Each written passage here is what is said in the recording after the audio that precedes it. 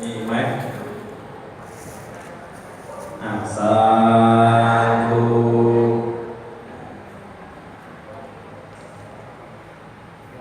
โยมเดี๋ยวตั้งใจรับพรนะไปเวียนเกียรติร่วมกันในวันนี้พระเดชพระคุณหลวงพ่อจะนั่งแผ่พลังเมตตาให้กับโยมทุกท่านแต่ว่าธรรมังคารังอันตุสัพพะเทวตา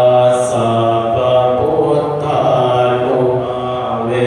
นัสตาโสติภวันตุเตภวตุสั